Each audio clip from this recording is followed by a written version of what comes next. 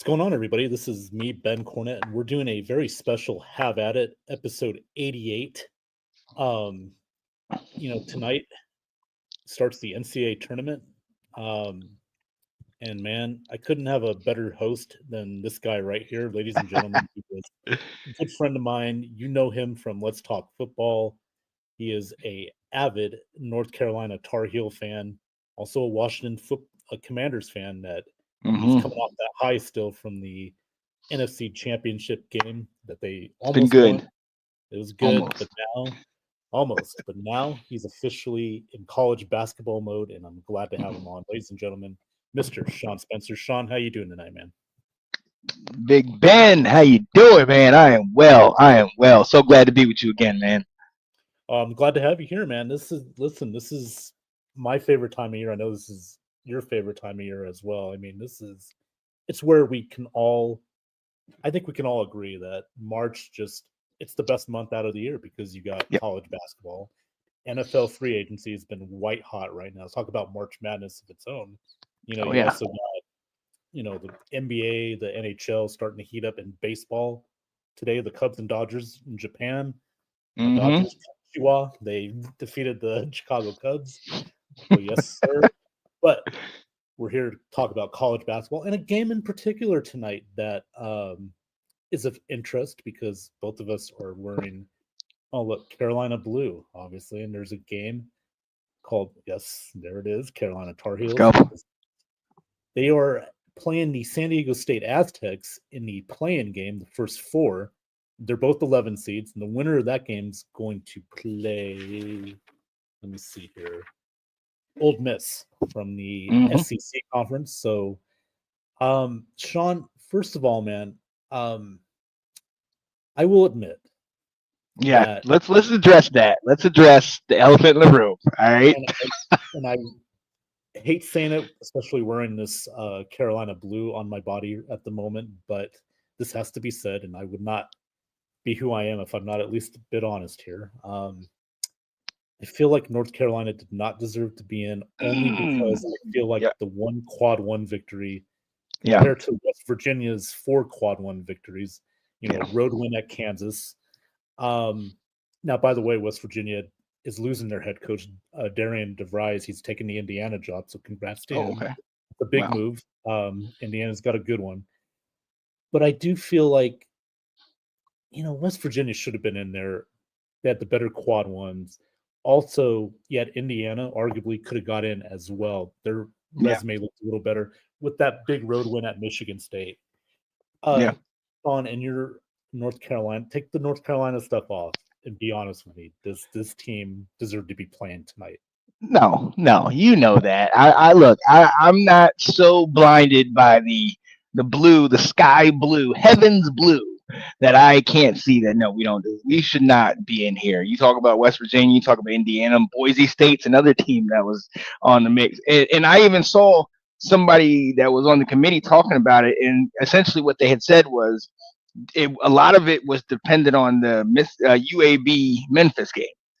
Had Mhm. Memphis won, which they did, then Yeah, that was what we needed to get in. But had UAB won, Memphis you would have got in and UAB would have got in, and we wouldn't even having this conversation right now. So, right. I thought it, and ironically, Bubba Cunningham, who's a member of the North Carolina Tar Heels, it's funny. He's like, "Well, I can't answer that.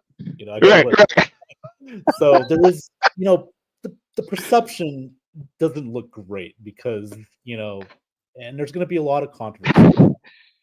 At, But at the end of the day, if I was in North Carolina, if I was not a North Carolina fan, I would be 100% on the bandwagon of, oh, the only reason that they're in is because they're North Carolina and they're a blue blood and they're a it's just it's just they're getting favoritism because of who they are. So I'm not too big to see past. I understand where people might have issue with what's going on, especially with our what is our AD or whatever being the chairman. I yeah, understand. yeah, and again, look, what's done is done. Let's move on to tonight. Now you got a Hmm. great opportunity to go up against a team in San Diego State. When I live out here in Vegas, so I see them a lot in the Mountain Yeah. West Conference. This is a team that's very good defensively. they've always been very good defensively under Brian Dutcher. Before that it was Steve Fisher, and this program, they preach defense, rebounding, and they got probably the best defensive player in the Mountain West in Magoon Watt, who's Mm-hmm. the defensive player of the year in the Mountain West. 7-footer, can block, can rebound.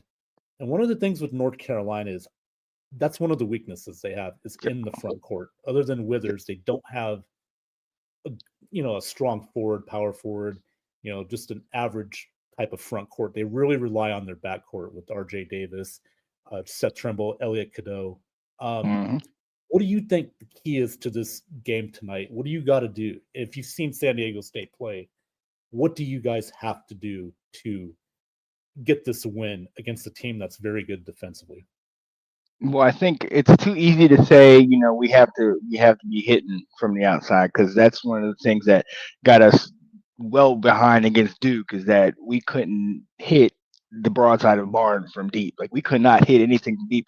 But what ended up bringing us back in that game is what got us to the national championship against Kansas 2 or 3 years ago.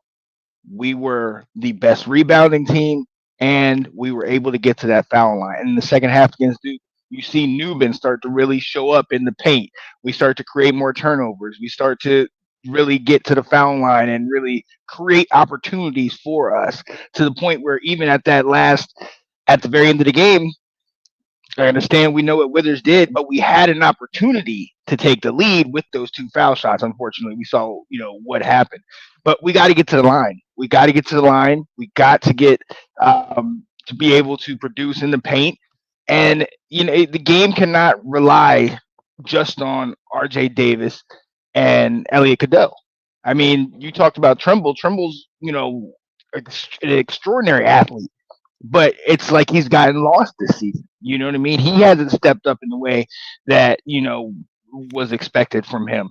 And to your point, we are very front court heavy. We Everything is dependent on our guards, and if they get shut down, you can see it on certain times. Like, even in the Duke game, in the first half, I'm sitting here screaming at the TV because I'm like, move. If Cadeau or R.J. Davis doesn't have the ball, or if they have the ball, everybody's just standing there. Like, we need to have more action on offense. And to be honest, like I said, rebounding has been our lifeblood. We got to be more nasty on the boards. We got to be more nasty, on defense, and start getting in those passing lanes, because we cannot rely on our shooting.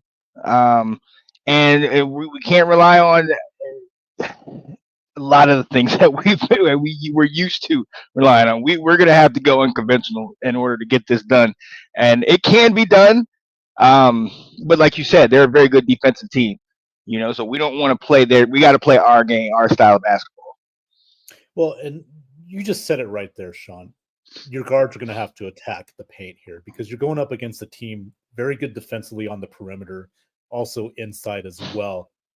I think it's very important you guys get off to a good start, especially trying to attack the paint. You got to be rough with San Diego State because this is a team that's very rough on both ends of the floor. They like to dictate the pace there. They want kind of a methodical, slow down kind of style. You guys, with your backcourt, with your athleticism in the backcourt, you should definitely try to make this more of a track meet. Now, again, the one thing you don't want to do early on is rely on the threes. You don't want to be 3-point reliant. And obviously that's today's basketball in general. But if you're going to win this game tonight, you guys got to get as nasty as San Diego State. You may have to go away from what you usually do. Stop being such a finesse team and step up and, take the punches, and hit back. Fire away, both inside and out of the paint. So for me, that's very important. And also attack Goth, try to attack him. I know he's 7 foot, but you get him in foul trouble. That really hurts San Diego State's defensively. There it is. Now, they're going to have to play, they're not going to be as aggressive. So you want to be the aggressors coming into this game. And hopefully Herbert Davis can relay that message to his team, and same thing with Brian Dutcher. His team has to get nasty. They have to, they got a solid point guard, Nick Boyd, Miles Bird, good backcourt there. So that's going to be a good matchup, that backcourt matchup. And again, the turnovers. Who can win that turnover battle? Yep. It's going to be very important, along with the rebounding as well. So for me, those are my keys to the game. Which guy do you think really needs to step? I know we could say maybe RJ Davis, but who's a guy you think that we need to see more out of? I think it's Seth Trimble. Yeah, you know what, I would tend to agree that it is Seth Dribble, but another one is Newman. I honestly think we've talked about it. We need to be aggressive. We need to be nasty in the paint. We've seen the likes of the Antoine Jamiesons. We've seen the Baycots. We've seen the May. You know, we've seen big guy Hansborough. Yeah. That is who we've had. We've always had somebody that even if he's not the biggest guy, he's doing that dirty work in the paint. That's what brought us back over the against Duke. And to your point also about getting them in foul trouble, we have got to do that. I mean, when we got flagged, got Cooper Flag having 3 fouls in the last game we played, not in the um, tournament game, but in the last regular season game. That was the way we were able to get back in the game and keep it close because he had to come out and be on the bench. You know, so we have to force the issue. You talked about it. Transition basketball. Keep moving. Keep moving. Do not let them um, be able to relax. So for me, it's Newman. It's our big guy. It's we cannot be forced to rely on the Cadeaux. And I agree with you on Trumbull, but we can't be forced to rely on those. We've got to be able to send it into the big guy and dominate the paint like we were able to do in the second half of that Duke game. Well, and what's great about this, Sean, is like you got a preview with Cooper Flag, Hmm. with Magoon Goth, who's 7 foot. You're going to face another tall guy, so that Yeah. already that's helps your to your advantage because you've seen Cooper Flag twice now already in the regular season. So I think that's a very important key there. Coaching wise, Brian Dutcher, he's one of those guys that again he's great with matchups, he's great with adjustments. Something that Mm, Herbert Davis has not always been good at, and that's mm, what you've mentioned to yeah. me over the years has been the adjustments. If especially when you're down early in games, I feel like tonight, if Carolina's down early in this game, it is vital for Herbert Davis to make those proper adjustments. Even if you guys got the lead, if he sees anything that's like, okay, this is what we got to work on here. To me, I think that's very vital because San Diego State's a 40-minute team. They're not going to Hmm. give up. Hmm. Carolina, they've proven, in the tournament against Duke, Saturday or yes, Friday, that they're not going to give up either. Hmm. So it's a 40-minute game, Sean. And like I said, whoever, you know, wins the turnover battles and, you know, dictates the game, I think is going to go on to play Old Miss on Thursday. Oh yeah, no, I totally agree with you. And honestly, we're gonna have to rely on the fact that, to be very honest, since I want to say late January, early February, we've been in March Madness. We've been in winning. You're like you have to continue to win, and that's shown in winning 8 of the last 10 games. You know what I mean? Being able to win 2 games in the ACC tournament, that was huge. A lot of and I know all the naysayers, all the people are saying they don't deserve to be in. Well, the way we've been playing over the last month, you take out the Duke games. You know what I mean? And we are looking we are looking very good as opposed to what we have been looking at throughout the season. And even still, everybody talks about the quad ones and everything. Our record against that. You look at the game against Kansas where we lost by what 3 or 4. We look at the game against Michigan State where we lost by 3 in OT. You know what I mean? Yeah, Auburn was able to beat us by double digits, but that's Auburn. I mean, we see how good these guys are. We've been in a lot of these games, and we only lost by 6 to Florida. We've been in a lot of these games, and I know the record doesn't is showing that we've lost it, but we have been fighting all year long. So I think they're going to have to. Hubert's going to have to rely on that. They got to keep fighting, keep that urgency in you. And then to your point, also, you talked about adjustments. We can't be afraid to maybe take out RJ Davis, rest him, and let's rely on Powell. Let's rely on, like you talked about, Trimble. Let's rely on Cadu. Let's rely on some other guys. Let's have strength in numbers. We need to use a little bit of that bench so we can bring them in, and so we don't have to rely on Davis and get him healthy so he's not having to do everything on his own all game. And all year, Sean, watching, I've probably seen about 5 or 6 NC games. That's the troubling part. I think there's too much Mm-hmm. reliance on RJ Davis, because he's such a Absolutely. good playmaker. And the other thing, I feel like, and this is troubling for me, the losses that you've mentioned. You know how close. Think about this. You wouldn't even be on the bubble if you'd have beaten like a Kansas or a Right. Michigan State. You'd be like probably a 6 or 7 seed because you got that fight, and I think that will help you. But I think also that's what gets back to me with Herbert Davis, the adjustments, the lack thereof. Mm-hmm. Always being reliant on a certain player. That can't happen tonight because the first guy that San Diego State's got on their bulletin board is RJ Davis. How do we slow him Yes. down? Yes. That's why I say a guy like Seth Trumbull who's been struggling. This is his night to redeem himself and show Yeah. us that, we're more than just RJ. We're more than just Cadeau. We're a team that, we can be a threat in this tournament. So watch out. That's Yeah. got to start tonight. Oh yeah. Oh yeah. And at the end of the day, I think it goes back to football. Got to take care of the ball, like you said. You talk about a team who has the most who's able to force the most turnovers, wins. We have to be disciplined with the ball. We cannot be careless. We cannot afford to waste possessions down Yeah. court. We have got to make the best of each possession. Each get, I mean, a couple passes per possession, unless you get the right shot. Got to hit the shot. If you don't get that rebound. Um, because a lot of what hurt us, especially against Duke, was we get down there and we're taking shots early in the shot clock, missing it, and now they're in transition running back. You know what I mean? And all of a sudden we're down 5, now we're down 10. So we have got to make the most of each possession down court.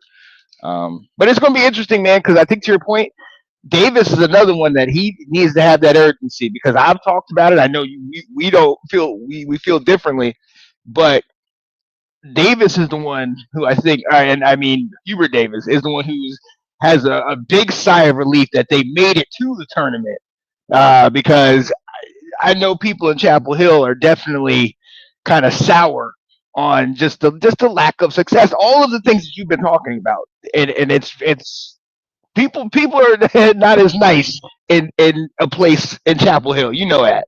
Well, I mean, look, it's a blue blood. That's what Yeah. this is. Yep. It's a blue blood in basketball. The expectations are always going to be sky high because of the history of North Carolina. We go from Dean Smith to Bill Guthridge to Roy Williams. I Mm-hmm. mean, you know, it's a very, very tough, list that you got to try and, maintain. Oh, yeah. And I feel like, I don't know how you feel about this. I felt like getting into this tournament may have saved his job for next I year. think yeah. How do you Oh yeah. feel about Yeah. that? Okay. I totally agree. I mean, we already saw he made the effort to address the biggest issue that he had, which was recruiting and things like that, and he brought in the guy. So now we have that. Okay, give him that. You had to make it into the tournament. I mean, I think for me, you beat Duke. You know what I mean? And yeah, even without Cooper Flag and in the third, that would have secured it for me. But making it into the tournament for me will give him another year. If he had missed tournament twice, and I know the last one he got accepted in the NIT, but we just chose not to do it. If he had missed the tournament twice, I mean, I'm not going to say I would have voted for him to be out, but I would have. He definitely would have needed to be have that conversation because and a lot of it is because of the fact that we're a blue blood. I mean, there's a certain level of expectation in Washington or in North Carolina.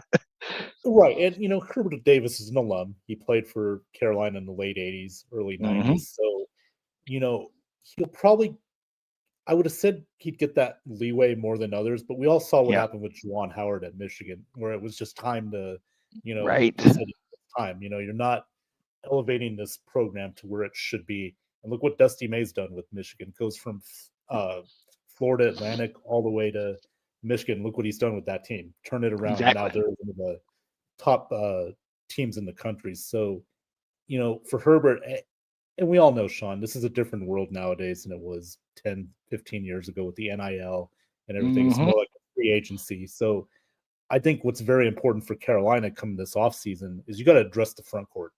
Yes. Yes. Because you're in a league with Duke, Louisville, good rebounding teams. And Yes. this is what you got to do. You got to match that because Duke's going to get the players. Louisville's Hmm. going to get the players. Clemson's going to get the players. You guys got to do the same thing. That front court has to be improved. And I think you guys, if you address that, uh, you know, I don't know what's going to be with RJ. I know this is his senior year. Hmm. Now you got Seth Trumbull, Elliot Cadeau. There's talk about one of those guys or both maybe going, entering the portal possibly. Hmm. So do you think even with getting in this tournament now and RJ leaving, do you think Treble and Cadeau leave, one of them leave, or do you think both of those guys are going to stick around for another year? Honestly, I think Cadeau stays because Cadeau realizes that the offense goes through him once Davis leaves. Trumbull, I would like for him to stay, and I think the fact that we have like a guy like Powell there will definitely benefit and help him. You probably want to play with guys like that, um, but then again, I don't know because if you would have asked me, would Caleb Love be leaving after a year or two after we went to the title, I would have said heck no. Of course he's going to stay through here, but he went to Arizona and we see what he's doing out there. Um, so yeah, I think it's possible. I definitely think it's possible, especially in this day and age. But that's where I have to hope and believe that Hubert is talking to these guys and keeping them in house because guys leaving over the last couple of years has been one of the reasons why we have that lack of depth. We don't have guys. We cannot retaining guys, and guys are leaving because their Oh, careers are over. back to continuity as well. Yeah, yeah. That's that's so vital. In any team sport is continuity. And by the way, Caleb Love, I think he had a pit stop at Michigan before. Then he went to Arizona, didn't he? Hmm. I think he did. But regardless, and Caleb Love, by the way, I got to admit, he's done really well for Arizona. I mean, that was a good Hmm. pickup for Tommy Lloyd. But again, we'll see how they do in the tournament. This is kind of Hmm. big for them too. This is Caleb's swan song, so It let's is. see if he can step up. But with North Carolina again, big game tonight. I do have you favored to win this game. I just think that playing in bigger games, you've been so close. The Kansas, Michigan State, you know, I think that gives you a bit of advantage. Not to say that San Diego State hasn't had, an advantage. They've been in big games before, and they're one of the few teams that beat Houston this year. So, they have that going for them. That was an early on in November. They beat them here in Vegas in a tournament. So, I'm ready for this matchup. Oh I yeah. mean, I'm glad the basketball gods gave us a good matchup here tonight. Do you like your chances tonight to pull this one out? I'm not gonna lie. I do. I do. I like our chances. If we like, I mean, everything we talked about. If we can play our style of ball, if we can get gritty, we can, get ahead. Not try to play their brand of basketball. I honestly feel good about it. Honestly, I'm kind of looking at this. I don't want to get ahead of myself, but I feel like if we can get this win, and then um, who do we have? Not Ole Iowa Miss. State, Ole Ole Miss, Miss. right? Yep. And that could be a potential. That could be a tough one. But if we can sneak through there, I mean, I don't want to sit there and say Sweet 16, but it's very possible. Things we are playing together at the moment. We're playing good right now. But as far as tonight, I mean, we had to get through this one first. But I feel good about tonight. Well, and being the 11th seed, Sean, we've had a history here with teams that they say don't deserve to be in there. Well, they've had some luck Hmm. because look at VCU in 2011 with Shaka Smart. They Yes. they don't really deserve to be in that year. Well, guess what? They went all the way to the Final Four. Come on. So I'm just saying, like that's why I'm kind of betting on Carolina here tonight. I think they're like, okay, well, you're doubting us. You think we don't belong here? Okay, we're gonna go prove that tonight. Yep. You know, teams get motivated, and that's all Hubert Davis has to write on the board. Is saying, Yeah. hey, guys, the experts didn't want you in. Well, guess Yeah. what? Show them that you belong. Let's create the madness.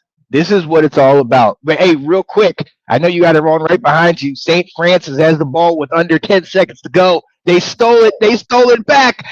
And he got it out of bounds. Oh my God. 2.7 on the clock. Alabama State will get a shot. The Uh, madness has begun. I love it. Yes, sir. And Alabama State out of the SWAC. That's nice. They're making it Let's go. St. Francis from the Northeast. And the winner of that game gets, I don't know if it's the honorable privilege or the dishonorable privilege of playing Auburn on Right. Thursday. That's So, going to be, going up definitely in weight class when it comes. Yeah. Oh yeah. So I'm glad this one's gonna be good because that one might get ugly early. Regardless, though, Sean, I mean, for these kids, these smaller schools, this is like a Yes. dream come true. Yes. You get to play on a national Absolutely. stage, and Yeah. that's what makes March Madness so great. Teams that we haven't seen before, you get to see them right in person, and it, you just can't help but cheer for them. Oh yeah, I love it, and this is why I always advocate to keep the bowls, in college football because, you have now we have the 12 team, playoff and everything like that. But these bowl games are some of these kids their first and last opportunity to really be on that main stage and kind of be out there in front of people and camera. And that's why I love this time of year. You and I talk about it each year. This stuff, you have these guys that just come out of nowhere. These schools that come in Valparaiso, guys hitting crazy shots. Bryce Drew in 1998. Yep. Love it. By the way, Bryce Drew coaching Grand Canyon. He's doing an incredible job down there. Yes. I got to tell you, man, he's brought that school up big time. That's a big time basketball program. Get a chance. And I don't know if you saw on. Oh, look at that. Alabama State with the basket. Man, the heartbreak. Oh. 7 seconds. Wait, 0.7. Let's Grant Hill to Christian Laettner. Oh, that. I know. Oh, let's go. I hate bringing it to us. Oh, yeah, I understand. But come on. I mean, I don't think Grant Hill threw a better pass than that, did he? I mean, that was.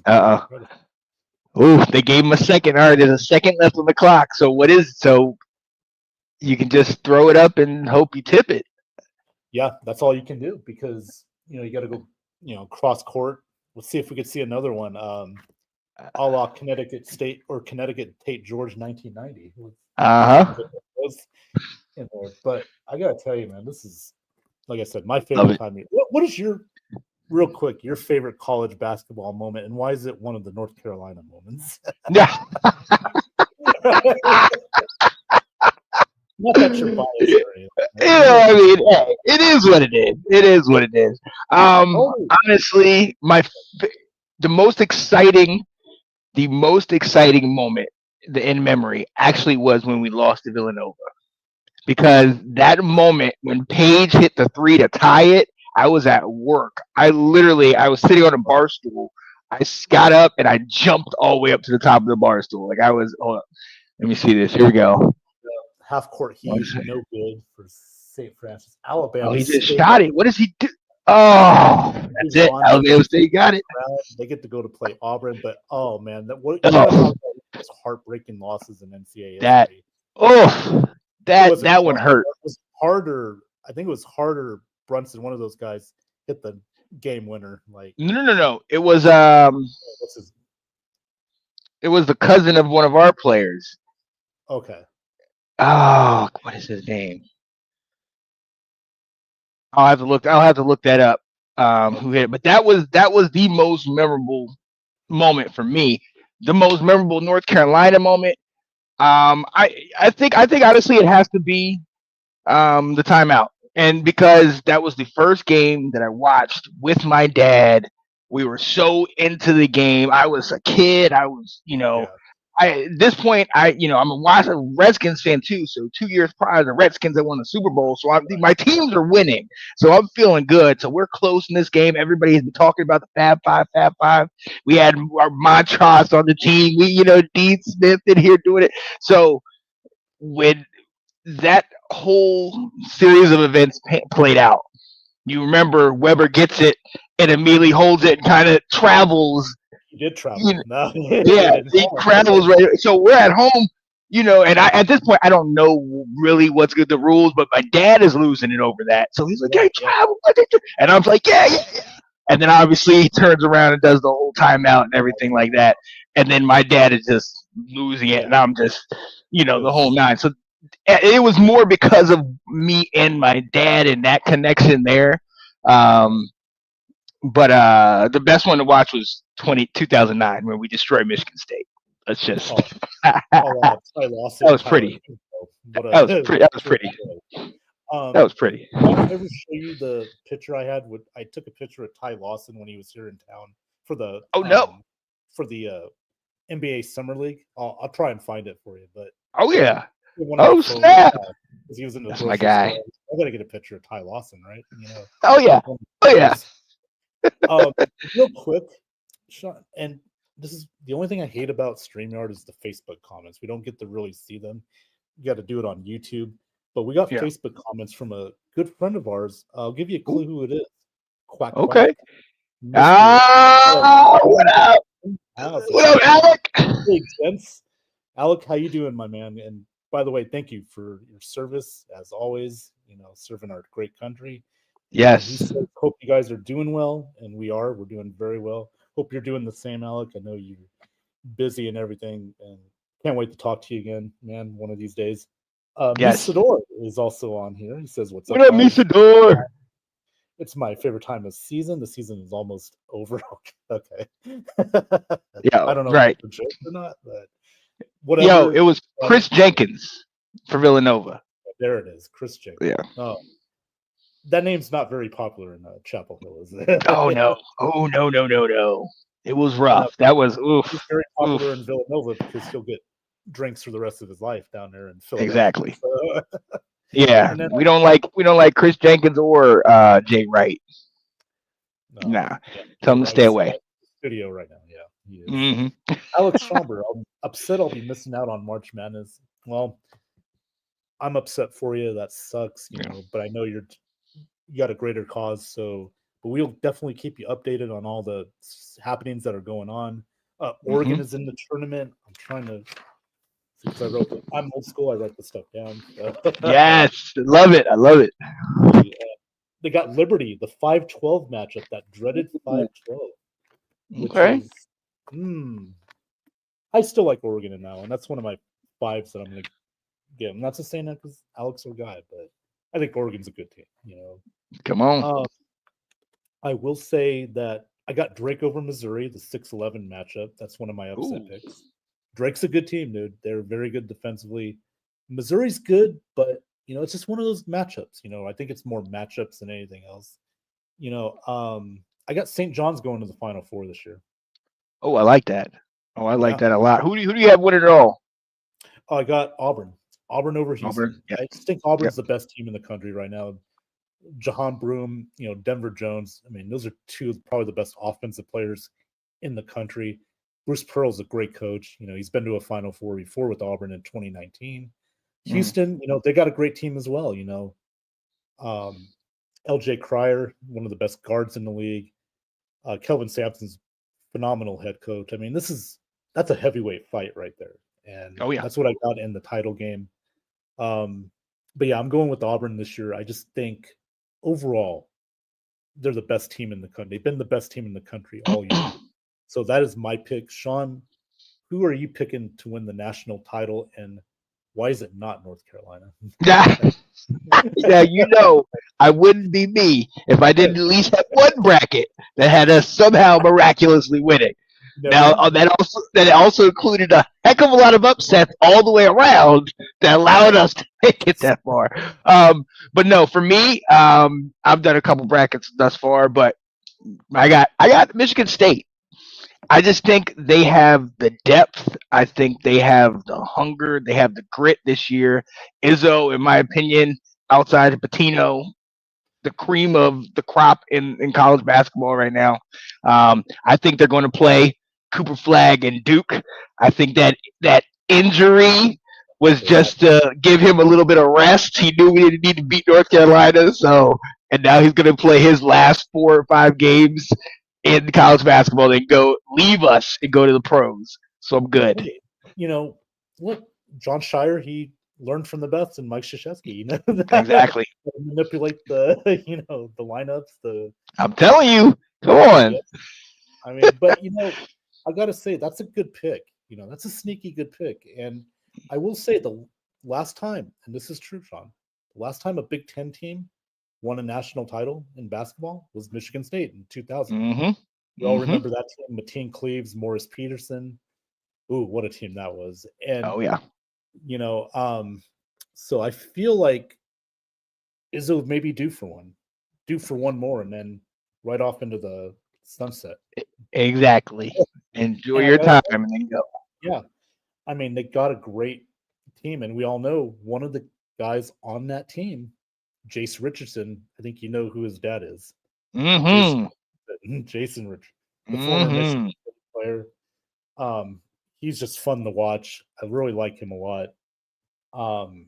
Jeremy Fears is a good player as well. They got a team, Sean, and Oh yeah. I would not be shocked if Michigan State at least gets to the Final Four because they do have the depth, the great guard play, the scoring their powered offense, and they're in the Big Ten, one of the best conferences in the country. So they've, been in heavyweight fights pretty much every night. All year. So Absolutely. can they beat Auburn, a team that's been in heavyweight fights every night as well? So it would be an Exactly. interesting matchup. So, Yeah, well, that's gonna yeah. be the one. But yeah, Well, I got to say this, Sean. It has been fun talking to you about college basketball. I know this is absolutely. our time of year because before we know it, we're going to have a game in about 15, 20 minutes, man, that we got to get ready for, man. We can't just be talking all night as much as I'd love to. We got to, I know you're excited. You're going to be laser I'm focused hyped. on seeing this team play, and I don't blame you. So, before we go, though, just to let you know, Alabama State beat St. Francis tonight. They will play Auburn in the next round.